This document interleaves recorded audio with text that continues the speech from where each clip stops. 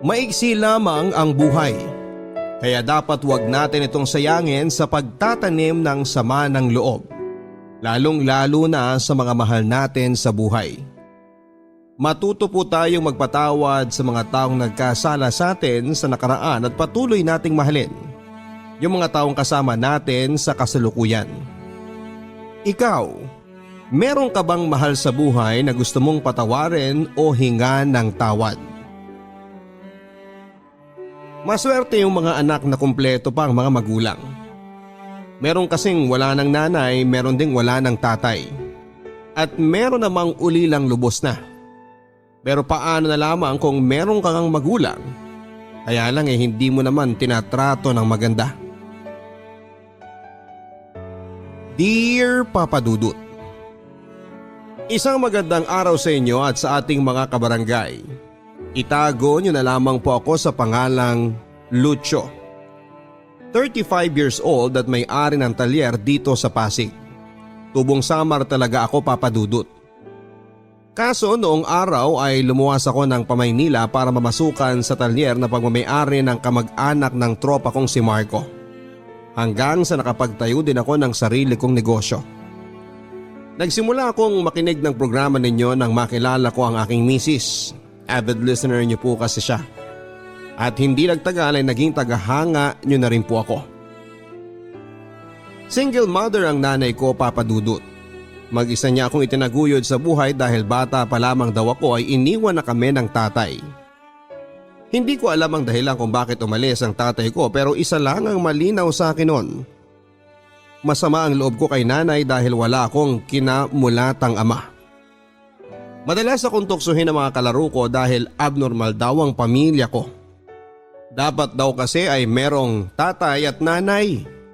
Kahit na paulit-ulit kong tanungin si nanay kung nasaan si tatay ay palagi niyang sagot ay hindi niya alam. Dagdag pa niya, nandyan naman siya para alagaan ako kaya hindi ko na raw kailangang magkaroon pa ng tatay. Papadudot, hindi lang pagtitinda ng kangkong sa palengke kasama si nanay ang kinaiinisan ko dahil ultimo gawaing bahay gaya ng pagsasaing, paghuhugas ng pinggan at paglalaba ay kinakatamaran kong gawin. Bakit kamo? Dahil gawaing pambabae yon. Hindi dapat gumagawa ng ganong uri ng trabaho ang tulad kong lalaki kaya naman madalas din akong sermonan ni nanay tungkol sa pagiging tamad ko. Pero lahat ng sinasabi niya ay pumapasok lang sa isang tenga ko at lumalabas naman sa kamila. Nang tumungtong ako ng kolehiyo, mas naging mabarkada ako. Mas madalas akong tumambay sa kung saan-saan kasama ang tropa ko pagkatapos ng klase namin. Kaysa umuwi ng maaga sa bahay para mag-asikaso o puntahan sa palengke si nanay para tulungan siyang magtinda ng kangkong. Oo, Papa Dudut. Kinakahiya ko ang trabaho ng aking ina. Palibhasa ay hindi yon maipagmamalaki tulad ng trabaho ng magulang ng mga kaklase kong isang piloto, nurse, teacher o negosyante. At alam din naman ni nanay yon kaya hindi na rin niya ako pinipilit na samahan siya sa pagtitinda. At dahil sa pagiging mabarkada ko, meron ding pagkakataon na nasasangkot ako sa away, Papa Dudut. Kaya nang minsang umuwi akong putok ang labi at may black eye ay halos himatayin si nanay sa nerbiyos. Pero buhay na buhay pa din siya habang pinapagalitan niya ako. Ayaw ni nanay na lumaki akong basagulero tulad ng tatay ko, Papa Dudut. Pero hindi ako naniniwala kay nanay na ganong uri ng tao si tatay. Sigurado akong gusto lang niyang siraan ang imahe ng aking ama sa akin para hindi ko na ito masyadong isipin pa o hanapin. Kaya naman mas lalong nadagdagan ang sama ng loob ko kay nanay. Dumalas din ang aming pagtatalo dahil sa paulit-ulit akong nasasangkot sa mga gulo. Nandyan, Papa Dudut, yung nagkabaranggayan pa kami ng nakaaway kong taga-kabilang bayan dahil lang natalo namin sila sa basketball. At kung ano-ano pa. Bukod doon ay sawang-sawa na rin ako sa pakikinig sa bulyaw ng nanay ko kung gaano ako kapasaway o kasuwail na anak. Kesyo, kailan ko raw ba titigilan ng pagbibigay ng sakit ng ulo sa kanya? Kaya naman napag-isip-isip kong huminto na lamang sa pag-aaral, Papa Dudut, at umalis sa bahay namin. Oo, lumayas ako't nanuluyan sa tropa kong si Marco na nasa kabilang bayan at iniwang kong mag-isa ang matanda kong nanay. Nang umalis ako sa bahay namin, pakiramdam ko ay naging malaya ako, Papa Dudut. Bukod doon, dahil sa pagiging malayo ko sa nanay ko ay mas nagawa ko ang mga bagay na gusto kong gawin nang walang tumatalak sa akin. Ang sarap pala sa pakiramdam na kahit papaano mabigyang katahimikan ang mga tenga kong bingina sa sermon ni nanay. Para mabuhay at may pangkain ay madami akong trabahong pinasukan. Nandyan yung naging delivery boy ako sa isang maliit na kainan na pinapatakbo ng tiyahin ni Marco.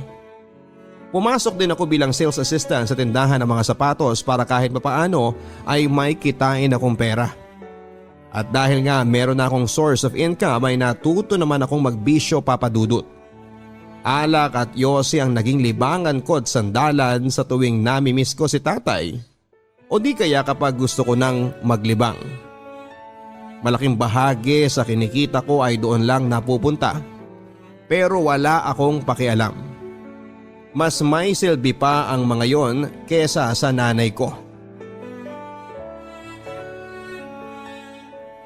Nang alokin ako ni Marco na lumuwas pa Maynila para magtrabaho sa talyer ng kanyang tito ay hindi na ako nagpatumpik-tumpik pa, Papa Dudut. Pagkakataon ko na rin kasi para makatapak sa ibang lugar dahil sawang-sawa na ako sa probinsya namin.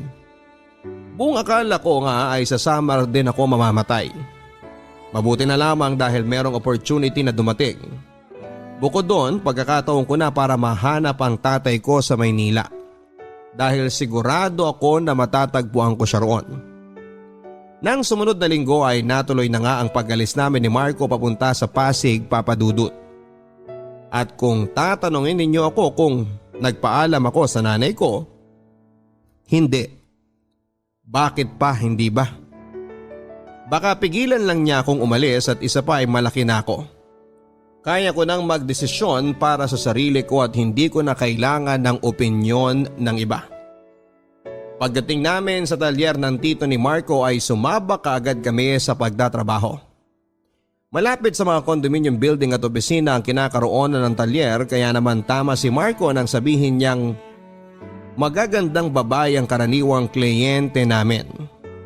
At tama din ang kaibigan ko dahil pagkalipas lamang ng 2 buwan ay nakilala ko si Gigi. Nagtatrabaho bilang office staff na hindi nagtagal ay niligawan ko't naging girlfriend. Papa Dudut, nirespeto ni Gigi ang kahilingan kong wag nang pag-usapan ang tungkol sa nanay ko.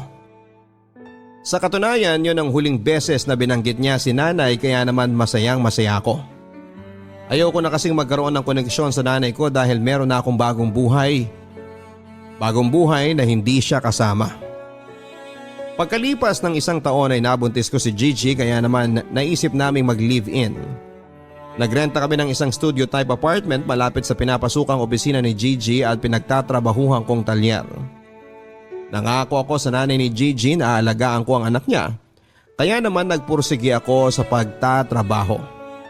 Bukod doon ay nagsimula na rin kaming mag-ipon para sa pagdating ng aming anak. At pagkalipas ng 9 na buwan ay laking tuwa naman namin ni Gigi dahil sa wakas ay naging ganap na kaming mga magulang. Pero pagkaraan lamang ng 2 buwan ay muling nagbuntis si Gigi, Papa Dudut. Kung doble na ang pagsisikap naming mag-asawa sa pagtatrabaho noon ay mas naging triple pa matapos niyang ipanganak ang aming second baby.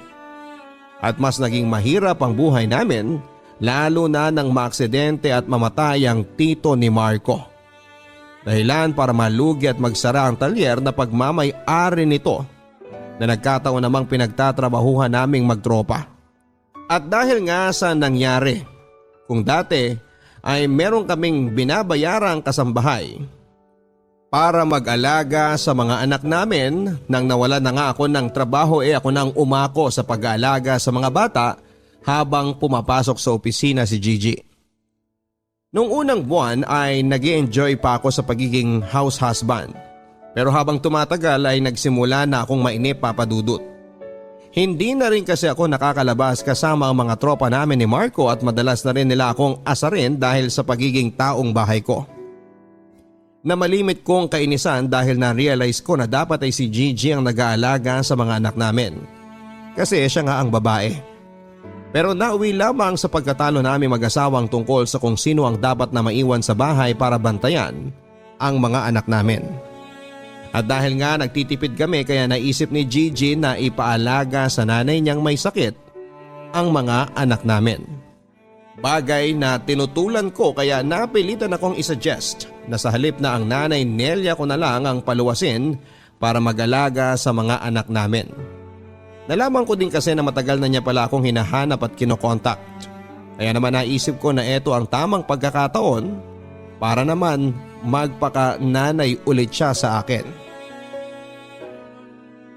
Hindi nagtagal ay lumuwas na pa Maynila ang nanay Nelia at agad na nanatili sa maliit naming apartment. Bakas na sa mukha niya ang katandaan at payat na rin ang kanyang pangangatawan. Pero kahit paano ay malakas pa rin siya kaya naman nang alokin ko siyang alagaan ng aming mga anak. Kapalit ng pagsasama-sama naming buong pamilya sa iisang bubong ay hindi na rin siya tumutol pa. Anya, pagkakataon na rin daw niyang makabawi sa mahabang panahong nagdaan na hindi niya ako nakasama pati na ang aking mga anak.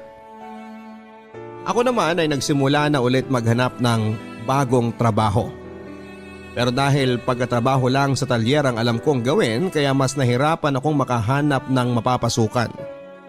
Palibhasa iba rin kasi ang kultura sa Maynila kesa sa probinsya. Kung hindi ka marunong makipagkompetensya o dumiskarte ay siguradong mapag-iiwanan ka. Kaya kahit extra sa construction ay pinatos ko na para lamang may mapagkakitaan papadudot. Pero sa kabila ng lahat, mas naging mabagal ang pasok ng pera sa amin.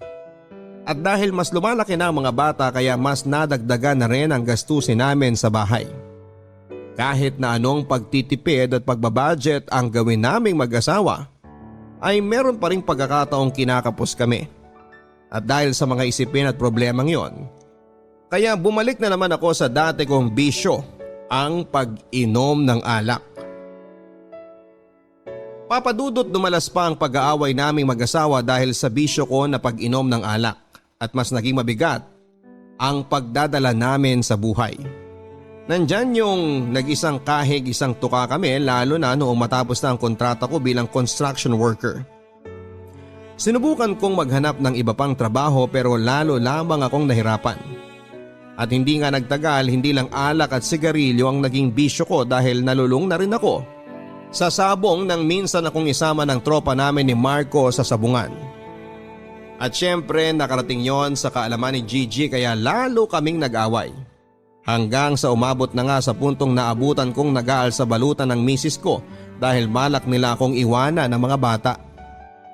Papadudot alam kong nagkukunwari lang si nanay na merong nararamdaman para maawa ako sa kanya. O bawiin ko yung sinabi ko tungkol sa kanya. Hindi niya ako madadala o maluloko sa mga pagdadrama niya. Nang mga sandaling yon ay tuluyan na ngang nawala ang natitirang respeto ko sa kanya bilang nanay ko dahil ang lahat ay napalitan ng magkahalong galit at pagtatampo. At matapos nga ang pagtatalo naming yon ay hindi na rin naman tinuloy pa ni Gigi ang plano niyang pag-alis nilang mag-ina. Pero napag-isip-isip ko rin naman na kung hindi ako magbabago ay baka nga tuluyan ang mawala sa akin ang aking pamilya. Ayokong matulad sa akin ang mga anak ko na lumaking hindi kumpleto ang kanilang mga magulang. Dahil alam na alam ko yung pakiramdam na tuksuhin at pagtawanan dahil tingin ng marami ay abnormal ang pamilyang walang nanay o walang tatay. Kaya naman pinilit kong bawasan ang mga bisyo ko at nagsimula muli akong mag-apply ng trabaho, papadudot. Pero sa kabila ng lahat ng pagsisikap kong maging mabuting ama at asawa ay talagang sinubok pa rin ako ng kapalaran, papadudot. Nandyan yung naranasan kong maglakad mula Pasig hanggang Boni para lang mapuntahan yung inaplayan kong trabaho dahil sa labis ko na pagtitipid sa pamasahe. Tapos sa huli, hindi rin pala ako matatanggap dahil daw college undergraduate ako. Sinubukan ko ring mag-sideline muli sa construction pero hindi na ako tinulungan ni Marco dahil marami na raw siyang naitulong sa akin. At sa pagkakataon na yon, kailangan ko naman daw matutong tumayo sa sarili kong mga paa. Sobrang sama ng loob ko kay Marco noon pero sinantabi ko yon, Papa Dudut. Kaso meron pa rin talagang mga sandali na hindi ko mapigilang magalit sa aking sarili. Nasisihin ng Diyos sa buhay at kapalaran na meron ako. Isang gabi nga nang makauwi ako galing sa paghahanap ng trabaho, sa sobrang pagod ko't sakit ng paa, ay sumalampak na lang ako sa sofa, Papa Dudut. Tapos lumabas galing sa kwarto namin ni Gigi ang panganay kong si Erold para makipaglaro sa akin. At dahil wala ako sa mood ay napagalitan ko siya dahilan para umiyak siya at mag-hysterical naman ang nanay niya. Oo, nauwi sa pagtatalo namin ni Gigi ang napakasimpleng bagay na yon, Papa Dudut. Pero hindi ko akalain na yun na pala ang magiging mitya para simula kong pagsisihan ang mga nagawa kong kasalanan at kakulangan sa aking pamilya, lalo na sa aking ina. Atake sa puso, yun ang findings ng mga doktor matapos naming isugod sa ospital si Nanay Nelia nang mawalan siya ng malay sa gitna ng mainit naming pagtatalo sa bahay, Papa Dudut. Aaminin kong noon lang ako nakaramdam ng labis na takot habang pinapanood ang mga nagkakagulong doktor na sinasalba ang buhay ng aking ina. Noon lamang ako kinilabutan sa tanang buhay ko habang iniisip ang posibleng masamang mangyari sakaling hindi nila masagip si nanay. Noon lang ako nakaramdam ng hustong pagsisisi at tinding panghihinayang, Papa Dudut. Pagsisisi dahil sa lahat ng masasamang ginawa at masasakit kong sinabi sa aking ina. At panghihinayang sakali mang ikamatay niya ang nangyari sa kanya. Pakiramdam ko ay bumalik ako sa pagkabata dahil hindi ko na napigilan ang aking mga luha. Nang mga sandaling yon ay sinimulan ko nang magdasal sa Diyos na sana ay iligtas niya ang nanay ko. Na sana ay wag muna niyang kukunin ang aking ina hanggang hindi pa ako nakakahingi ng tawad sa kanya. At nakakabawi dahil sa lahat ng mga maling nagawa ko. At tunay na mabuti pa rin ng Diyos dahil narinig niya ang panalangin ko, Papa Dudut.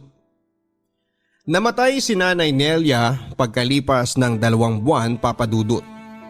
Oo, inatake muli siya sa puso at sa pagkakataong yon ay hindi na siya nakaligtas pa. Parang gumuho ang mundo ko nang biglang kunin sa akin ng nanay ko. At kahit na anong pigil ko sa mga luha ko kusa pa rin siyang tumutulo. Labis din ang pagsisisi ko dahil napakaiksi ng panahong ibinigay sa amin ng Diyos para makabawi ako sa lahat-lahat ng kasalanan at pagkukulang ko sa Kanya. Pero kahit na ganoon ay nagpapasalamat pa rin ako dahil hinayaan pa rin ako ng Diyos na makapiling ang aking nanay. Matapos ang libing ni nanay ay nangako ako sa harap ng puntod niya na magiging mabuti akong asawa at ama sa aking mga anak. Pinatawad na rin ako ni Gigi sa nagawa ko sa kanya noon, kaya naman mas nagdoble sikap pa ako para mapakatawanan ang pangako kong aalagaan at susuportahan ang aking pamilya. Sinuwerte din naman akong nakapag-loan si Gigi ng malaking halaga sa kanilang kumpanya na ginamit namin para makapagtayo ng maliit na talyer. At hindi nga nagtagal ay mas naging kilala kami't lumago ang aming negosyo. Alam kong masayang masaya si nanay sa langit dahil unti-unti kong tinutupad ang pangako ko sa kanya noong nabubuhay pa siya.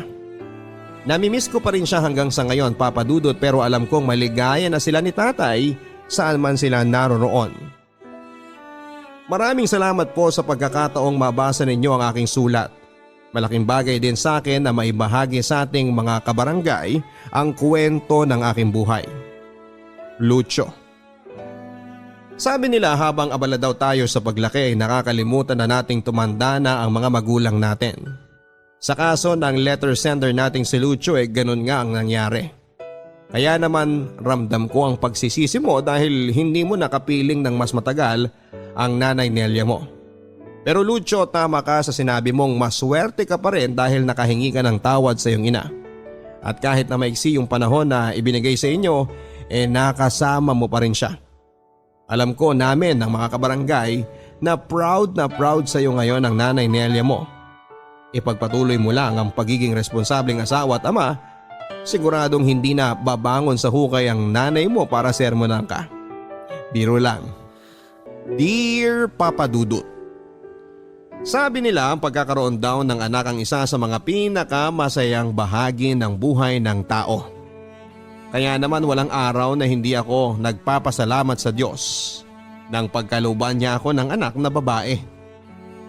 Pakiramdam ko siya na yung pinakamagandang nangyari sa akin sa kabila ng mga pangit kong pinagdadaanan.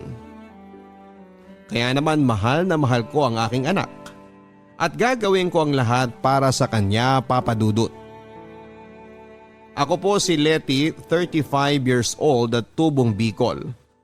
Pero noong araw ay lumuwas ako ng Quezon City para mamasukan sa isang karinderya. Kung saan ay matagal nang nagtatrabaho ang pinsang kong si Rona. Nirecruit niya kasi ako para magtrabaho sa naturang kainan nang minsang mangailangan sila ng karagdagang tao. Bagay na hindi ko na pinag-isipan ng matagal dahil pangarap ko rin namang makapunta sa Maynila. Simple lang naman akong babae at simple lang din ang mga pangarap ko sa buhay. Ang magkaroon ng isang masayang pamilya tulad ng sa mga magulang ko. Kaya nga kahit wala akong kaalam-alam sa buhay sa Maynila ay sumugal pa rin ako, dalang pag-asang kumita ng perang makakatulong sa aking pamilya sa probinsya. At kung papala rin, ay matagpuan ko na rin doon ang lalaking magpapatibok sa aking puso. Lalo na't NBSB ako o no boyfriend since birth, Papa Dudut. Maalalahanin at malambing talaga ang nanay ko, Papa Dudut. Palibasa ako ang panganay sa 5 magkakapatid. Ang mga sumunod sa akin ay naglalaro sa edad na 25 anyos pababa at ang pinakabunso ay nasa 15. Ang nanay ay isang mananahe at kung minsan para kumita ng ekstrang pera ay tumatanggap din siya ng mga labada. Samantalang ang tatay naman ay isang magsasaka.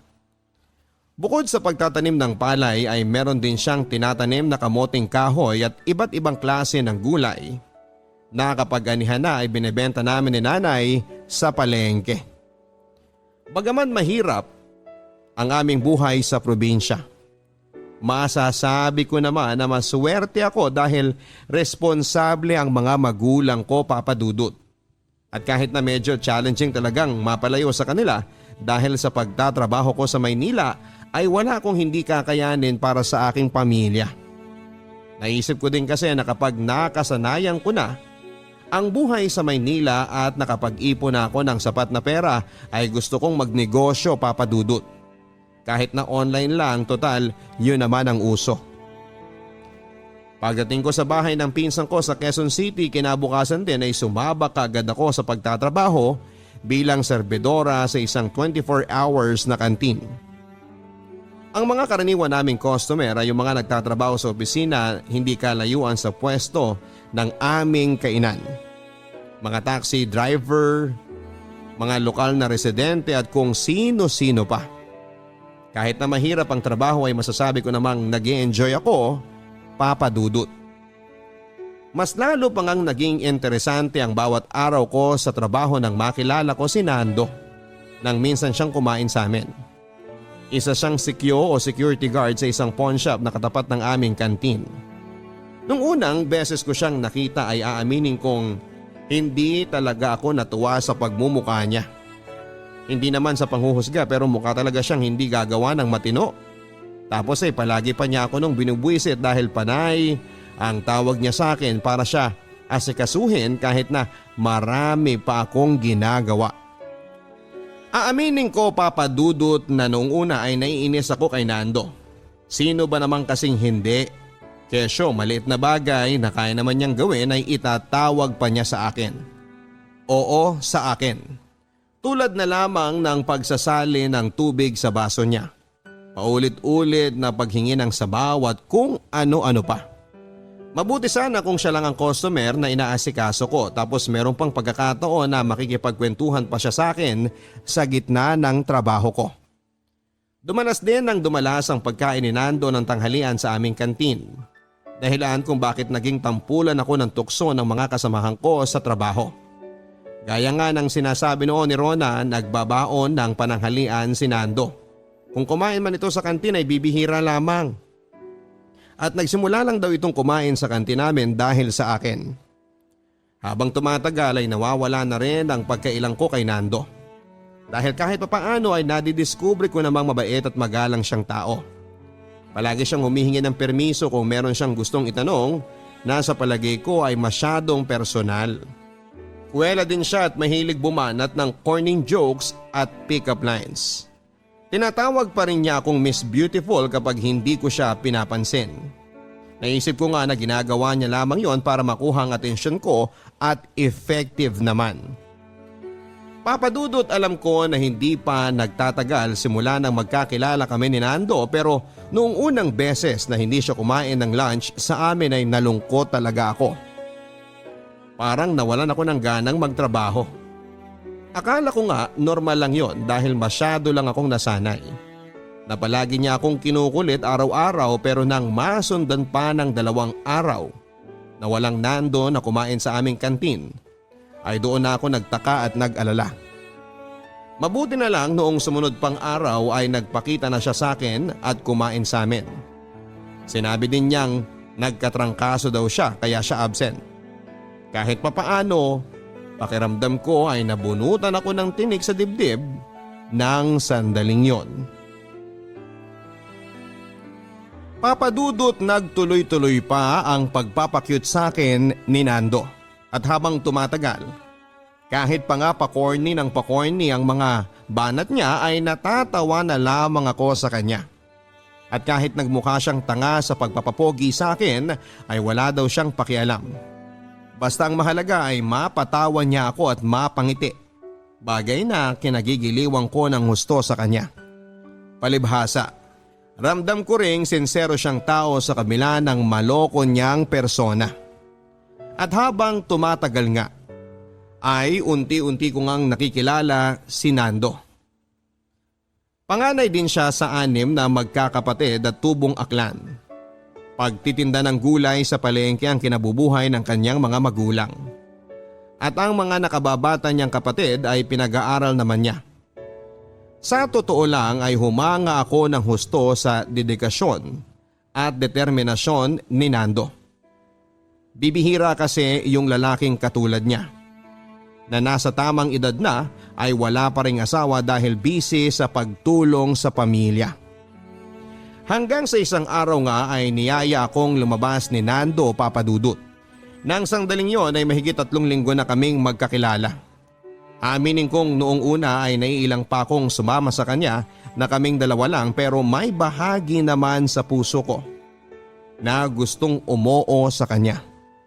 Kaya naman bago ako nagpasya noon ay kinausap ko muna ang pinsan ko. Papadudot, na tuloy na nga ang date namin ni Nando ng araw na yon.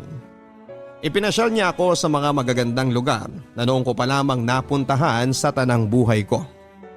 Kumain din kami sa isang restaurant at umorder si Nando ng paborito niyang pagkain na talaga namang ibinida pa niya sa akin. Tapos ay nagpunta rin kami sa isang lokal na parke kung saan ay pinapanood namin ang paglubog ng araw noon. Hindi yun ang una't huling beses na niyaya akong lumabas ni Nando. Sa katunayan ay nasundan pa yon ang nasundan. At habang tumatagal ay mas nakikilala ko na nga si Nando, Papadudot. Lalo din akong humanga sa kanya dahil sa kabila ng maraming pagsubok na pinagdaanan niya sa buhay ay nananatili pa rin siyang positibo. Papadudot, tuwing matatapos ang aming date ay inihahatid ako ni Nando sa apartment ng pinsan ko. Para daw makasigurado siyang ligtas ako. At kahit nasaglit pa lamang kaming nagkakahiwalay, ay magka-text na kami. At bago kami tuluyang matulog ay nag-uusap pa kami sa telepono. Isang gabi matapos ang aming date ay muli akong inihatid ni Nando sa apartment ng pinsan ko. Pero bago ako pumasok sa pinto ay pinigilan niya ako para itanong yung katanungang magpapabago sa buhay ko. Papadudot, ang saya-saya pala sa pakiramdam na magkaroon ng boyfriend at masabing I'm into a relationship. Sa tagal ko kasing no boyfriend since birth o NBSB ay may punto sa buhay ko na nawala na ako ng pag-asang magkaroon ako ng jowa. May itsura naman ako, mabait, kwela at kahit paano ay may utak din naman. Kaso walang nagkaka-interes sa akin doon sa amin sa Bicol. Walang nanliligaw sa akin o lalaking pumapansin sa akin. Kaya naman naisipan ko na baka hindi tagaroon ng lalaking nakatadhana para makasama ko sa panghabang buhay. At tama nga ako, Papadudot, dahil sa Maynila ko nakilala si Nando na naging first boyfriend ko. At sana ay huli na rin. Nang gabing yon ay narinig pala ng pinsang kong si Rona ang pag-aamina namin ng feelings ni Nando. At hindi ko na rin naman tinanggi ang mga yon sa kanya. Buong pagmamalaki kong ibinida sa pinsang ko na sa wakas ay meron na akong nobyo. Na ganun pala yung pakiramdam na may ka-forever ka na. Akala ko ay matutuwa si Rona tulad ng reaksyong inaasahan ko mula sa kanya, pero sa halip ay sinimangutan lamang niya ako, Papadudot, bagay na ipinagtaka ko. Sinabi sa akin ni Rona ang dahilan kung bakit hindi siya lubos na masaya para sa amin ni Nando. Yun ay dahil nag-aalala daw siya para sa akin dahil nga sa mga kwentong naririnig niya patungkol sa pagiging chick boy ng boyfriend ko. Akala ko tapos na kami sa ganong usapan, pero binanggit din ni Rona na pakiramdaman ko pa rin daw kung sakaling ang may katotohanan ang mga usap-usapan tungkol kay Nando. Na babaero raw ito.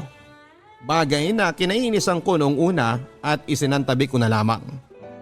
Pero aaminin ko, Papadudot, na merong pagkakataon na gusto kong itanong o kumpirmahin kay Nando kung bakit nababansagan siyang babaero. Ngunit hindi ko na yon na itanong pa sa kanya dahil tadhana na mismo ang gumawa ng paraan para makumpirma ko ang aking kinakatakutan. Yon ay nang matuklasan kong meron na palang asawa si Nando. Tulad nga ng sinasabi ko sa inyo, Papadudot, maraming beses kong binalak na itanong kay Nando kung bakit siya binansagang babaero ng mga taong nasa paligid niya.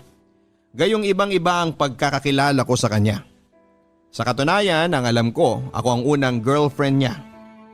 Bigla tuloy akong nakaramdam ng agam-agam sa puso ko tungkol sa pagpayag kong maging kami kaagad ni Nando. Tipikal na araw at tahimik ako nagtatrabaho sa kantin nang pinapasukan ko nang mangyari.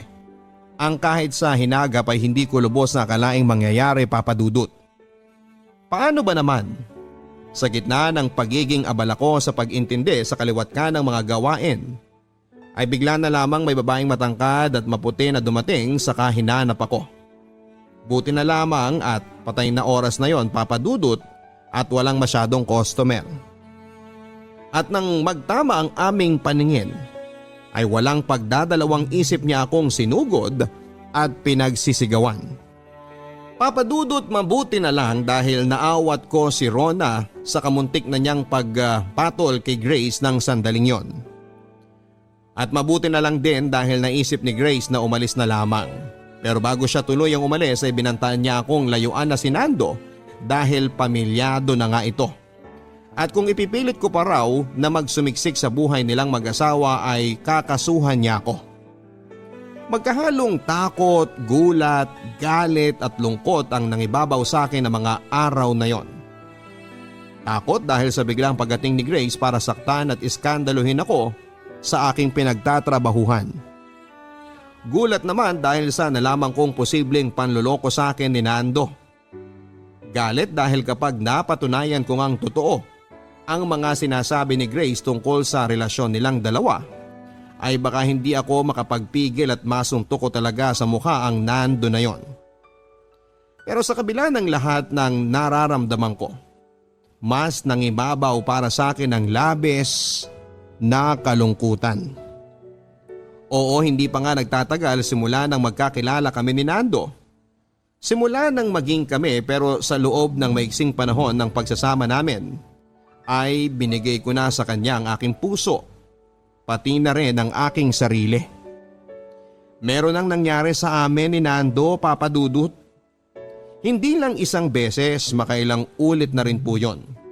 Siguro nga ay totoo ang sinasabi ni Grace na madali akong paikutin at utuin, pero nagtiwala lang naman ako at naniwala na tunay at totoo ang pag-ibig sa akin na ibinibigay ni Nando.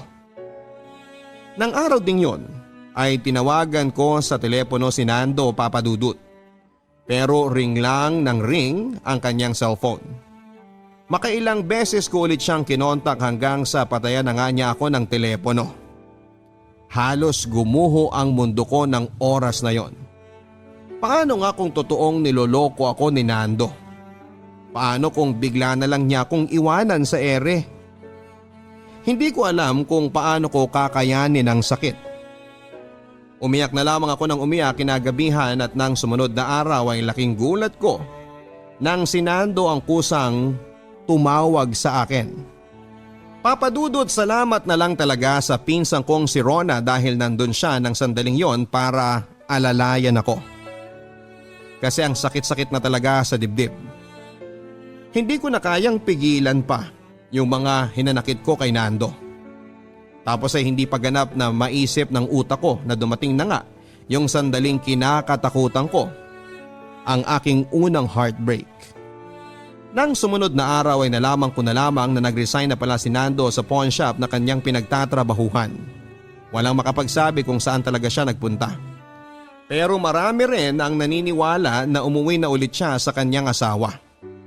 Ano man ang katotohanan sa mga haka-hakang yon, wala na po akong pakialam. Pagkatapos ng lahat ng nangyari sa amin, sa skandalong kinasangkutan ko, sa panluloko sa akin ni Nando, parang nawala na po ako ng pakiramdam noon, Papa Dudut. Naisip ko na ganon talaga ang buhay.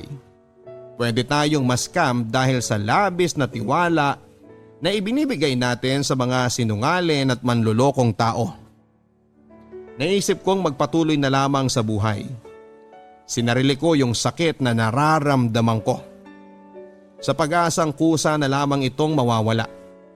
Subalit nagkamali ako. Isang araw habang nagtatrabaho ako sa kantin, ay nakaramdam ako ng pagkahilo. Nag-worry pa nga sa akin si Rona dahil akala niya ay may sakit ako. Sabi niya ay mukha daw akong maputla.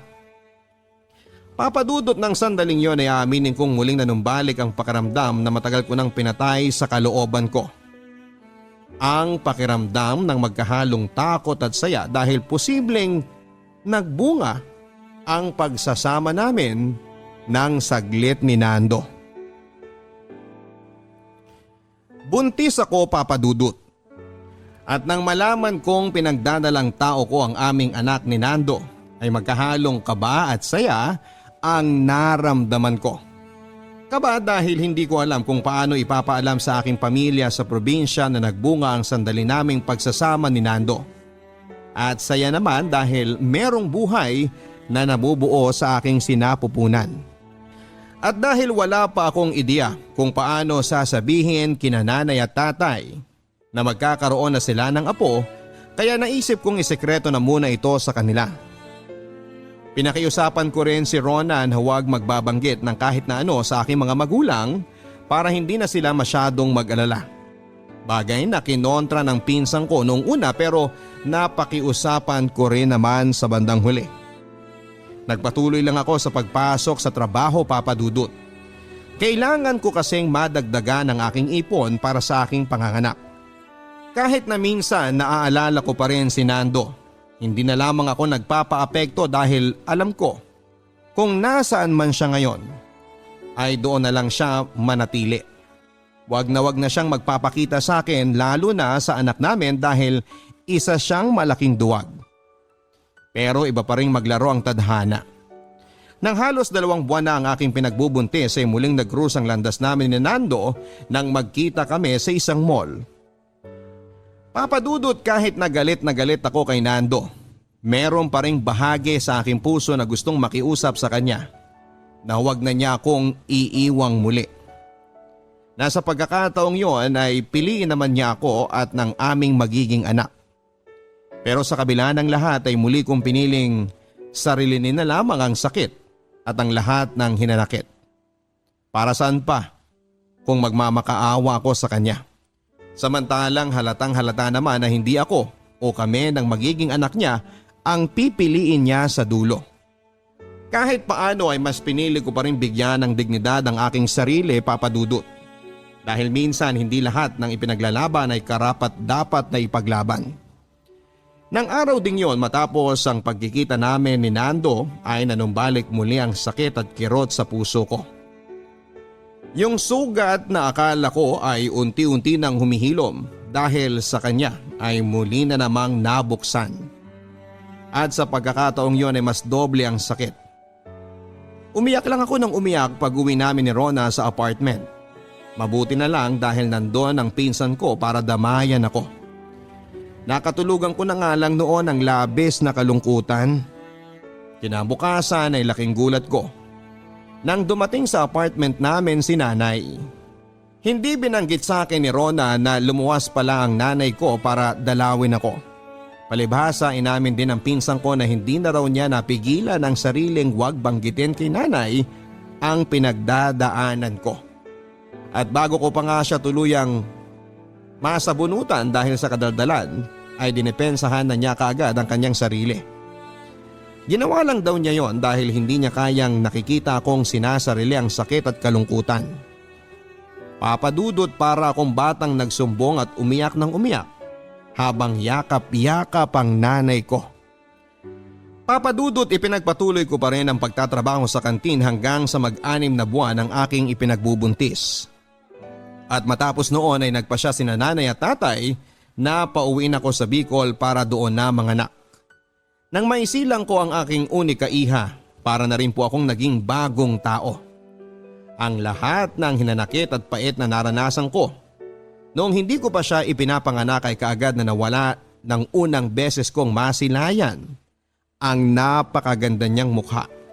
At masayang masaya ako dahil kahit isa man lang sa aking pangarap na magkaroon ng masayang pamilya ay natupad sa katauhan ng aking anak. Nang magdalawang taon ang anak ko ay nagpa siya akong lumuwas muli ng Maynila para makipagsapalaran. Nang panahong yon, nirecruit muli ako ng pinsang kong si Rona para naman magtrabaho bilang isang call center agent. Naging matagumpay ang aming training at hindi nagtagal ay nagsimula na rin kami sa bago naming career. Kumpara sa kita ko noon sa kantin ay mas malaki ang sweldong na ipadadala ko sa aking pamilya at anak ko sa probinsya. Papadudot, kaya naman kahit papaano, masaya ako dahil nasosoportahan ko sila. Home base kami ngayon ng pinsang kong si Rona dahil sa pandemya. Medyo nakakapanibago pero nakasanayan na rin namin. Kung tatanungin ninyo ako, ang love life ko sa ngayon ay masasabi kong isa akong single but happy. Hindi ko pa rin naman sinasara ang puso ko kung muling magmahal dahil tulad ng pangarap ko noon. Gusto kong magkaroon ng masayang pamilya tulad ng aking mga magulang. Pero habang hindi pa yon nangyayari, kontento ako sa mga taong malalapit sa buhay ko. At lalong lalo na sa anak ko, Papa Dudut. Wala na rin akong balita pa kay Nando. Pero kahit na meron kaming hindi magandang nakaraan ay ipinagdarasal ko na lang sa ngayon ay nasa parehong pahina kami ng aming buhay na masaya at kontento sa aming pamilya. Sana ay maraming natutunan ng ating mga kapuso sa aking kwento. At kung mabibigyan ako ng pagkakataon na mabasa nyo ang liham ko ay buong puso ko itong ipagpapasalamat. Lubos na nagpapasalamat, Letty. Hindi katulad ng mga kwento sa libro at palabas sa pelikula ang tunay na buhay. Dahil madalas mas masalimuot at mas masakit ang mga kwento ng pag-ibig na itinatampok nito. Katulad na lang ng mga sakit at kahihiyan na pinagdaanan po ni Letty. Kung tutuusin ay tama rin naman ang nanay niya nang sabihin nitong may leksyon o aral sa buhay natin na minsan hindi naman dapat matutunan sa masasakit na paraan. Pero sa kabila ng lahat ay hindi pa rin natin maiiwasan yung mga masasama at mapanakit na tao na makalapit sa atin. Kaya nga kahit mahirap ay piliin nating maging mabuting tao, maging malinis ang intensyon natin sa ating kapwa at huwag na huwag nating tutularan ang mga katulad ni Nando. Para sa mga katulad naman ni Leti, hanga kami sa inyo dahil napagtagumpayan ninyo ang mga pagsubok sa buhay. Maging ang mga labang sinasarili nyo lamang. Pero kung may pagkakataon ay pwede naman kayong humingi ng tulong. Huwag niyong isiping nag-iisa kayo sa mga laban ninyo.